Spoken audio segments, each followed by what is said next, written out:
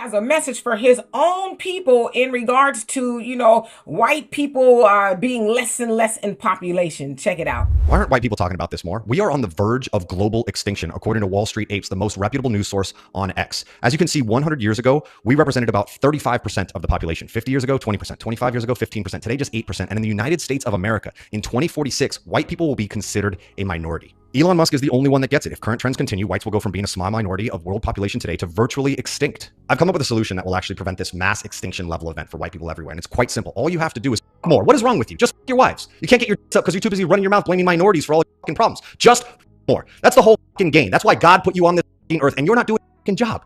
I did my part. I have 2 white little kids. Now, when the retribution eventually comes, they're going to have to answer for what our ancestors have done. But that's the whole fucking fear for all of you. Otherwise, who cares? Who gives if white people are a minority in the future? It doesn't matter. The only reason why you care, white people, is because you know how you treat minorities. And you fear, rightfully so, what the fuck's going to happen to you in the future.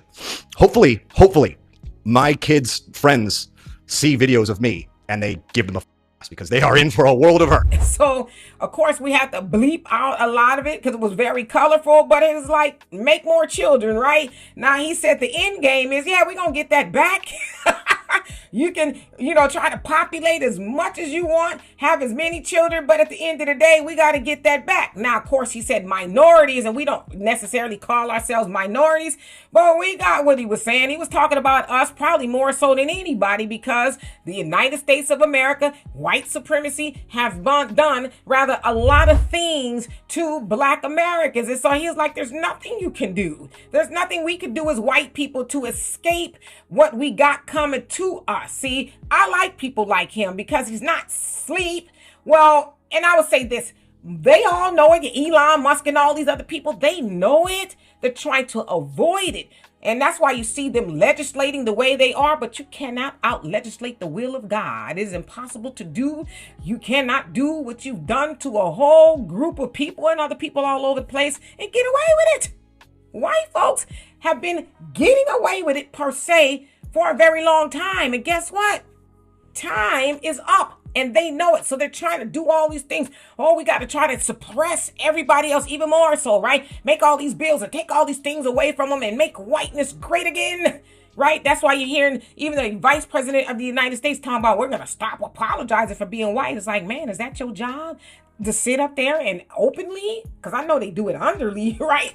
But openly spew white supremacist talking points. Is that your job? And by the way, you married to a whole Indian woman. I said a whole, not an Indian woman. So where does she fit in the larger scheme of things? Like I know you're feeding red meat to your base and things like that. But to this man's point, y'all got to get that back whether you want to or not. You don't get to tell, karma, the laws of the universe. Nah, I'm good. I don't want that back. And they know what they got coming back. You name it. They got it coming back. Shalom. I would like to give all honor, glory, and praises to YAHAWAH, BAHASHAM, YAHAWASHI, BAHASHAM, Rakakadash. I would like to give double honors to the apostles and the elders of Great Millstone. Salutations to all you sincere Akim, pushing this word across the 4 corners of the world. So as you just saw from this opening video of Eve going in, making some very solid points on this Edomite guy that was responding to Elon Musk's social media post that he made back in earlier December of 2025 about if current trends continue, quote unquote, whites will go from being a small minority of the world population to virtually extinct. And these so-called Caucasians, who are indeed the biblical Edomites, where Elon Musk is definitely one of them, they love to play on words. For instance, the word minority, and more so what group of people they would define that term upon in modern times, where they like to falsely label or categorize us as the biblical Israelites, who are you so-called Negroes, Latinos, Hispanics, and Native Americans, as the minority, meaning a small group within society. However, if you think about us as a collective, again, the biblical Israelites, we are definitely not a minority.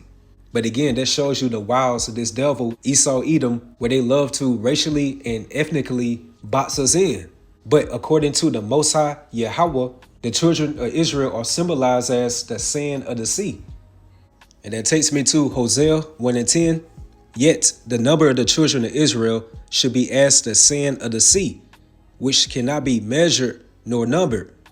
So that sand of the sea symbolizes how the biblical Israelites are likened unto a countless or an innumerable multitude, like a very immense number. So again, yet the number of the children of Israel should be as the sand of the sea, which cannot be measured nor numbered. And it should come to pass that in the place, referring to America, aka Babylon the Great, where it was said unto them, ye are not my people, there, again, America, Babylon the Great, it should be said unto them, ye are the sons of the living power, YAHAWAH, BAHASHAM, YAHAWASHI. And by this great awakening of our people coming back unto their true biblical identity, again, the biblical Israelites, like no longer being called the lost sheep of the house of Israel, or being called the valley of the dry bones when you read the book of Ezekiel, the 37th chapter, like that really frightens the hierarchy of Esau Edom. It's stated within Isaiah, the 47th chapter, how they are weary within the multitudes of their counsels. So now it makes much sense when you read the book of Revelation, the 12th chapter and the 12th verse, how this devil, again, referring to the tabernacle of Esau Edom, is about to soon come down with great wrath upon our people. And that's because he knows that he has but a short time.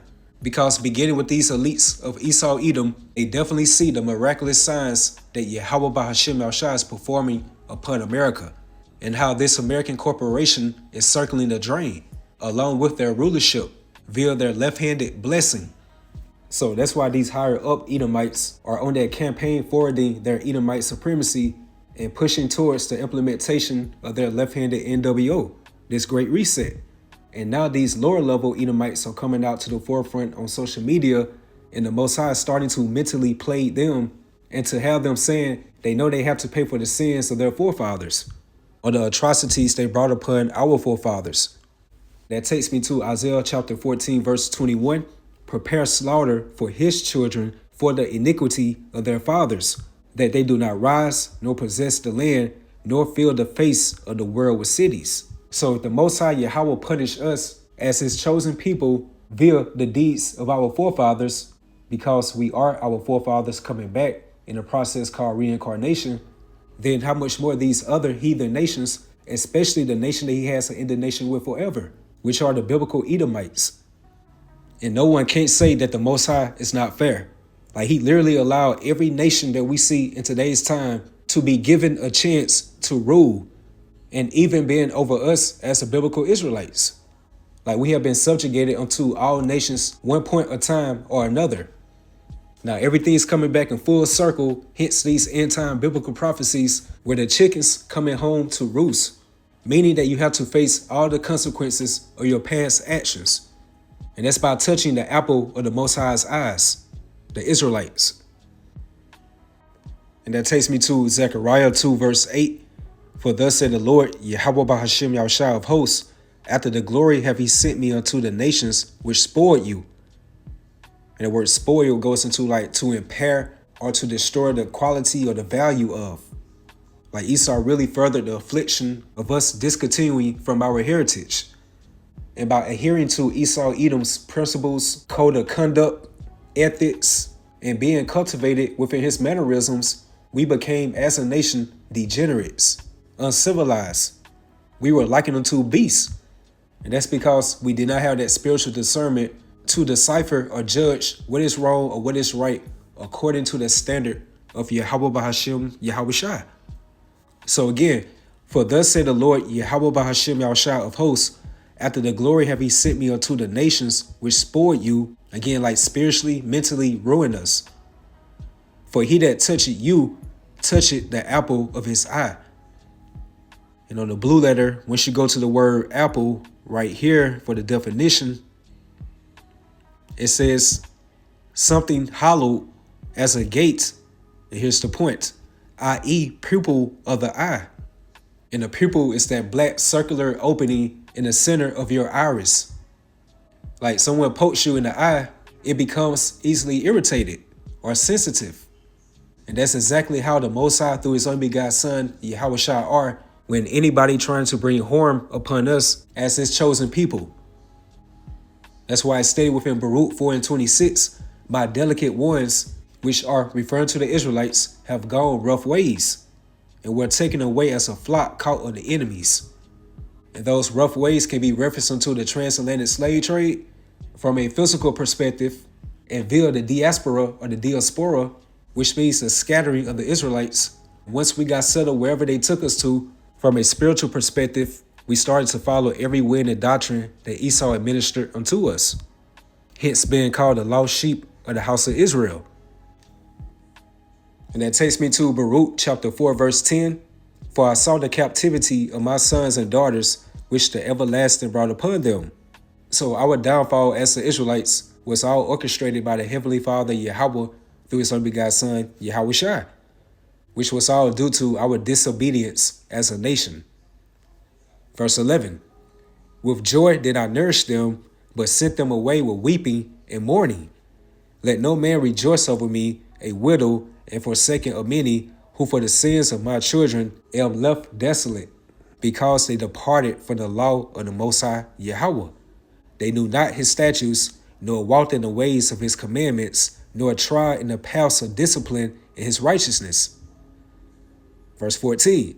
Let them that dwell about Zion come, and remember ye the captivity of my sons and daughters, which the everlasting have brought upon them. For he have brought a nation upon them from far, a shameless nation. And that main shameless nation is referring to the tabernacle of Esau Edom. And when you read Deuteronomy 28 and 49 of the curses of the biblical Israelites, it goes into how the Lord Yahawah should bring a nation against thee from far, from the end of the earth, and as swift as an eagle flieth, and a nation whose tongue you should not understand. All right, so it says again, for he had brought a nation upon them from far, a shameless nation, and of a strange language. Because when these Edomites mainly came to the western shores of Africa, you had the English, the Spanish, the Portuguese, the British, the Dutch, and also the French. And we started speaking their native tongues. So again, verse 15, for he brought a nation upon them from far, a shameless nation, and of a strange language, who neither reverence old man nor pitied child. And you can simply Google slave boy picking cotton, and you will see like a young Jake, and no older than 3 or 4 years old, out there on a slave plantation, picking cotton with a bag. So no one came to the rescue of that young boy, nor the elderly who was out there picking cotton in those hot summers. But according to these so-called Christian Edomites and the sellouts of our people that adopted that Christianity route, just want us to have amnesia and sweep that under the rug. But according to Deuteronomy 32 verse 7, the Most High stated or commanded to remember the days of old. And that's exactly why you prideful Edomites beloved America is crumbling. And there's no way you can be able to rehabilitate it or try to rebrand it like this so-called Make America Great Again, or try to bring some type of spiritual or financial aid to America. It's literally no way you can heal Babylon. And that takes me to Baruch chapter 4 verse 27. Be a good comfort, O my children, and cry unto Yahawah BAHASHAM YAHAWASHI. For ye should be remembered of him that brought these things upon you, hence the curses, those divine afflictions and plagues and calamities. It's stated within Lamentations, the 2nd chapter, how the Most High was like an enemy unto us. The way he swallowed up Israel and Israel's high palaces, and he brought us down to a very, very low estate. So again, with that being said, be a good comfort, O my children, and cry unto Yahawah BAHASHAM YAHAWASHI. For ye should be remembered of him that brought these things upon you. For as it was your mind to go astray from Yahawah BAHASHAM YAHAWASHI, so being returned, seek him 10 times more. And that's exactly the spirit that the hopeful elect of the nation of Israel is in within that grace period. Kissing the Son, getting all the spiritual brownie points as we can, so therefore we can be accounted worthy when Yahawah BAHASHAM YAHAWASHI bring great divine judgment upon America and wherever we are scattered to across the 4 corners of the world. Verse 29, for he that hath brought these plagues upon you shall bring you everlasting joy with your salvation. Take a good heart, O Jerusalem, for he that gave thee that name will comfort thee. And here's the Most High Yahawah speaking through the prophet Baruch of America, aka Babylon the Great, will have to hold herself accountable, again by touching the apple of the Most High's eyes. Feel these Edomites and their joint heirs or counterparts, these other nations. They got to pay too. Thus in the Bible. It's stated within Jeremiah 30 verse 16, how all they that devour thee should be devoured, and all thy adversaries, every one of them, should go into captivity. So therefore these other nations are not getting off the hook as well. Verse 31, miserable are they that afflicted thee, and rejoice at thy fall. And when you read Ezekiel the 36th chapter in the 2nd verse, it goes into how the enemy and the enemies of the biblical Israelites can be found in the book of Psalm, the 83rd chapter, beginning with the tabernacle of Edom. Again, the so-called Caucasian race. So going back to Ezekiel 36 and 2, it says how the enemy has said against you, aha. Like aha, I got you. And once you go to the word aha in the blue letter, one of those definitions is stated to glorify or the misfortune of your enemy, which also links with Lamentations, the 2nd chapter and the 15th verse, how all our enemies pass by and they clap their hands at thee, and how they hiss and wag their head at the daughter of Jerusalem. And it goes on to say how these other nations say, we have swallowed her up, referring to the Israelites. And this is certainly the day that we have looked for. And these other heathen nations, when they be having their secret councils via the United Nations or the Council of Foreign Relations and etc., they are definitely not advocating for the best interests of us as the Israelites. No, they seek more diabolical ways to further keep us at the bottom, because they believe that the more that we stay at the bottom, then the more they can stay within the height of their glory, hence their rulership. So again, with that being said, miserable are they that afflicted thee, and rejoice at thy fall. Miserable are the cities which thy children serve. And what's that main city? America, aka the United States. And where these states are comprised of what? Cities. Miserable is she that received thy sons via slavery.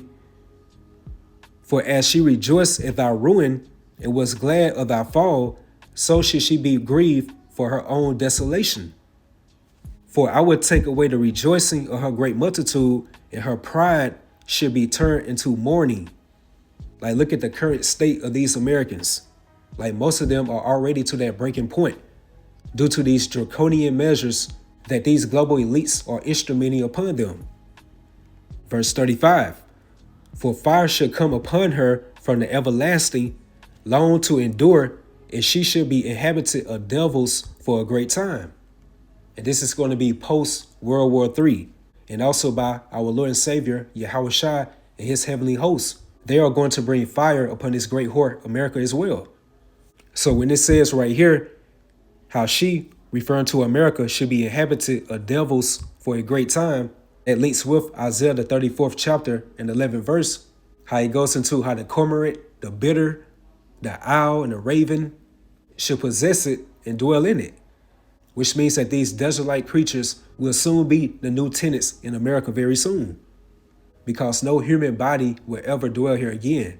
America is going to be a burnt offering and set forth as a great example unto other nations when you are contrary unto the laws, the statutes, and the commandments of YAHAWAH BAHASHAM YAHAWASHI. So again, verse 35, for fire should come upon her from the everlasting, long to endure, and she shall be inhabited of devils for a great time. O Jerusalem, look about thee toward the east, and behold the joy that cometh to thee from YAHAWAH BAHASHAM YAHAWASHI. Lo, thy sons come, whom thou sentest away, they come gathered together from the east to the west by the word of the Holy One, rejoicing in the glory of YAHAWAH BAHASHAM YAHAWASHI.